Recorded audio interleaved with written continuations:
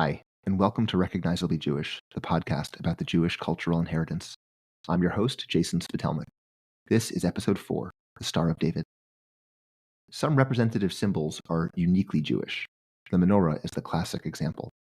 The Torah says that God revealed the design for the menorah to Moses, and the menorah has been a uniquely Jewish icon from biblical times to the present. That's not true for the Star of David, or Magen David, as it's called in Hebrew. Magen is the Hebrew word for shield, and David refers to the biblical figure, King David. Unlike the menorah, the Magen David is not mentioned in the Torah, or in other parts of the Hebrew Bible, or in the Talmud. What's more, the Star of David, unlike a menorah, is a simple geometric construction. As every Jewish doodler can tell you, it's formed by overlaying two equilateral triangles, one pointing up and the other pointing down. In geometry terms, the resulting six-pointed shape is called a hexagram. And because it's such a simple geometric figure, the hexagram has been used as a design motif by religions and cultures all over the world for thousands of years. So if the Star of David isn't uniquely Jewish, how, when, and why did it end up as probably the best-known visual symbolic representation of Judaism today? Before I answer, let me ask a favor of you. Please rate the podcast wherever you listen, on Spotify, Apple Podcasts, Amazon Music, or elsewhere. It only takes a second, and it really helps promote the podcast to a wider audience. You can find links to our social media on our website, www.recognizablyjewish.com. And if you like this episode, please share it on your own social media and directly with your friends, families, and Jewish communities. With that out of the way, let's dive in. Part 1. Antiquity. The Magen David is almost entirely absent from descriptions of or surviving examples of Jewish decoration and iconography in antiquity. It's not mentioned as a feature of the first temple built by King Solomon around the 10th century BCE, or the second temple built in the 6th century BCE. It does not appear on any surviving coins from areas with known Jewish populations, and with only a few exceptions, it is completely absent from the ruins of ancient synagogues in Israel and elsewhere. Even the exceptions, that is, ancient Jewish places where a hexagram does appear, tend to indicate that the symbol was not specifically or uniquely Jewish. Perhaps the most famous example is an excavation of a synagogue built in the 4th century CE in Capernaum in the Galilee. The ruins include the remains of friezes featuring hexagrams alongside other geometric symbols, including 5-pointed pentagrams, rosettes, and swastikas. That's right, swastikas. Obviously, the swastika, another simple geometric shape that has been used by many cultures, bore no anti-Semitic connotation in the 4th century.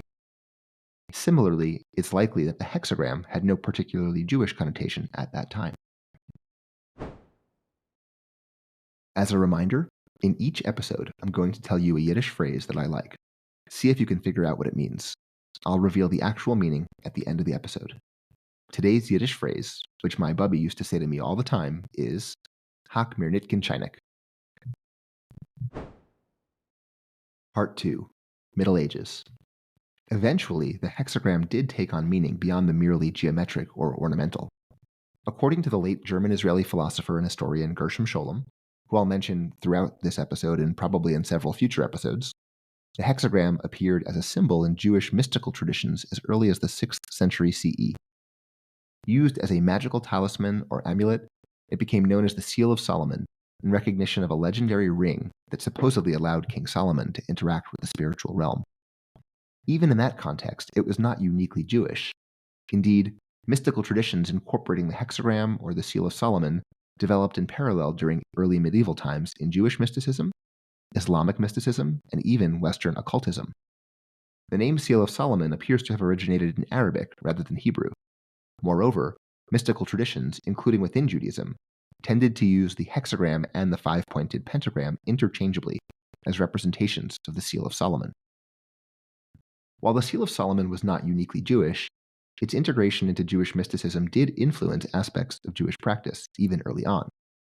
Scholem wrote about magical mezuzahs on which some Jews inscribed signs, symbols, and angelic names to ward off evil spirits. The hexagram was a common sign inscribed on mezuzah scrolls in the Middle Ages. All of that begs the question we've been asking. How did the hexagram, known across cultures as the Seal of Solomon, come to be a Jewish symbol known as the Magen David, the Star of David. A 13th century German book known as the Book of Desire describes King David's golden shield. It says it was engraved with what Kabbalah scholars call the 72 names of God, sequences of Hebrew letters that have the power to overcome the laws of nature.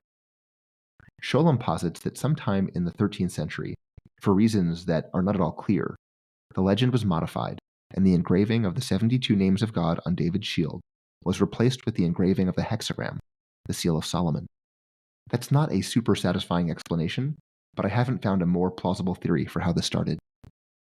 The first use of the Magen David as an unambiguous visual representation of Judaism happened in the 14th century in Prague. In 1354, Holy Roman Emperor and King of Bohemia Charles IV authorized the Jewish community of the Czech lands to bear a flag of their own. We don't know whether the Jewish people selected the Star of David as an emblem for that flag, or whether that particular emblem was imposed on them by the authorities. And in either event, we don't know the reasoning behind the selection. But the resulting red flag, emblazoned with a gold Magen David, is the first time that we know of that the symbol was clearly used to represent a Jewish community. That symbolic use spread within Jewish communities in the Holy Roman Empire. In 1512, it appeared on the title page of the first Hebrew book printed in Prague. In 1622, when the emperor granted noble status to Jacob Besevi, the first Jew in the empire to be ennobled, Besevi's coat of arms included 3 six-pointed stars. Around the same time, the emblem began appearing on headstones in Jewish cemeteries and was incorporated as a decorative element in specifically Jewish art and architecture. Part 3. After Emancipation.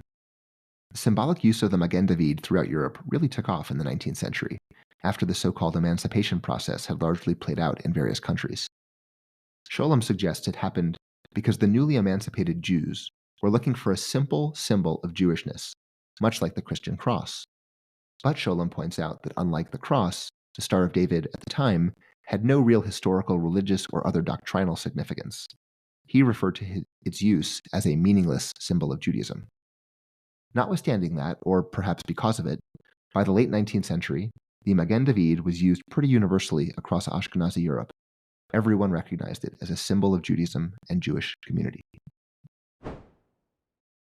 Until I'm up and running with advertising, I'll include shoutouts to Jewish businesses and organizations that I personally think are great. Today, I want to talk about Hayom Art. By inviting contemporary artists to rethink Judaica, Hayom offers an opportunity to rediscover traditions while investing in the future of creation. At the intersection of heritage, contemporary art, and modern living, Hayom proves that Judaica objects can be offbeat yet traditional, and soulful yet functional.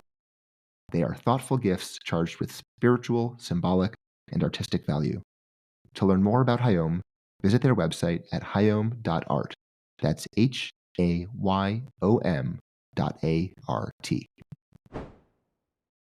Part 4.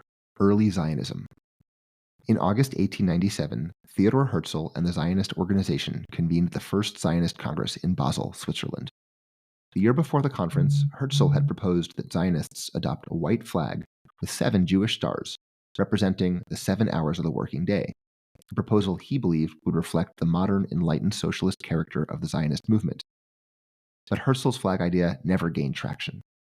David Wolfson, a Lithuanian businessman who later became president of the World Zionist Congress, is credited with bringing to the Zionist movement the flag featuring 2 blue stripes and a blue Magen David. Wolfson wrote that, as he thought about what flag to fly in the hall in Basel, he came to the realization that Jews already had a flag of sorts, namely the blue and white talit, or prayer shawl. So he ordered a flag based on the appearance and colors of a talit, but with a Star of David in the middle, and that flag flew in the Congress Hall in Basel in 1897. While that story has been confirmed, it should be noted that Jews elsewhere had used a very similar design already, featuring a prominent blue Jewish star, prior to 1897. For example, in July 1891, the B'nai Zion Educational Society in Boston flew a white flag with blue stripes, a blue Star of David, and the word Maccabee in blue. Part 5. The Holocaust. In the early 20th century, the Magen David continued to be widely used to express Jewish affiliation and represent Jewish community. In 1909, a Jewish soccer team in Vienna began competing with a Star of David crest on their uniforms. Famous Jewish boxers like Benny Leonard and Max Baer proudly fought with Jewish stars on their trunks. But then, everything changed. Adolf Hitler became the Führer of Germany in August 1934. In May 1938, Nazi propaganda minister Joseph Goebbels suggested Jews in the German Reich be forced to wear a general distinguishing mark on their clothing. Nothing came of his proposal at the time. But after Germany invaded Poland in September 1939, the Governor General of Nazi-occupied Poland decreed that all Jewish people over the age of 12 were required to wear 4-inch wide white armbands emblazoned with a blue Star of David. Similar things happened in the summer of 1941 following the German invasion of the USSR. On September 1st, 1941, the chief of the Reich Security Main Office decreed that all Jews in the Reich 6 years of age or older were to wear a badge consisting of a yellow Star of David against a black background with the word Jew inscribed inside the star in German or in the local language. If Sholem was right that the Magen David was a meaningless symbol of Judaism in the 19th century, there can be no doubt that after the Holocaust that was no longer true. By the end of World War II, the Star of David had become an undeniable mark of Judaism. Part 6. Israel. In the wake of the Holocaust, with Jewish refugees languishing in displaced persons camps throughout Europe, Israel was on the verge of declaring its independence. We discussed much of that history in our last episode about David Ben-Gurion. I mention it again because it raises the question of how the Zionist flag, featuring the Magen David, became the official national flag of sovereign Israel. As the reality of Israeli independence approached, some Israeli leaders wished to abandon the traditional Zionist flag and the blue Magen David. Moshe Shachet, who would go on to become the second prime minister of Israel, argued that the flag for the new nation must be distinct from the Zionist flag, lest it expose diaspora Jews to accusations of dual loyalty. You see, by that point, it was fairly common for Jews abroad, especially in America, to fly the Zionist flag as a visible symbol of Jewish community and, of course, Zionism. Shachet and others were worried that if the Zionist flag became a national flag, Jews across the world might be suspected of dividing their national loyalties between their home countries and Israel. In the end, however, Shachet's view did not prevail. David Ben-Gurion proclaimed Israeli independence on May 14, 1948. The following month, Israel's provisional government published an announcement in newspapers inviting citizens of Israel to submit proposals for a national flag. The announcement stated that the colors of the flag would be light blue and white, and in the middle there would be a Star of David or 7 stars. More than 160 different designs were submitted in response to the announcement, and the government's Emblem and Flag Committee selected one featuring both the Magen David and 7 gold stars. However, in a surprise turn of events, the Provisional Council of State, the Israeli legislature before the Knesset, rejected the government's proposal. It then appointed a committee of its own, and after consulting representatives of Jewish communities in the diaspora, decided on July 28, 1948, to adopt the Zionist flag as the Israeli state flag. That decision was approved by the full Provisional Council on October 28, 1948, making the Zionist flag with its blue Magen David the official flag of Israel we know today. The Magen David has remained symbolically important since the founding of Israel. Natan Sharansky wrote about Jewish refuseniks in the Soviet Union secretly passing along Star of David pendants as symbols of solidarity. Today, Jews throughout the world proudly wear the Magen David as a necklace or another jewelry. Indeed, the symbol has sometimes taken on a life of its own in the American cultural zeitgeist. In the 1990s, the global pop icon Madonna became interested in Kabbalah and began wearing and using certain Jewish iconography, including the Magen David. In 2022, Kanye West was suspended from Twitter for posting an image of a swastika inside a Star of David. I suspect he wasn't thinking about the 4th century synagogue in Capernaum. You've listened this far. Thank you. Please rate and review the podcast, like and subscribe wherever you can, and share this episode with your friends, families, and Jewish communities. Before I finish, let's not forget this episode's Yiddish phrase, Hak mir nit gin Chainik. It literally means, don't bang your tea kettle at me, but it's used to tell someone to stop bothering you or stop spouting nonsense. As I said, my Bubba used to use this one with me a lot. With that, thanks for listening to Recognizably Jewish.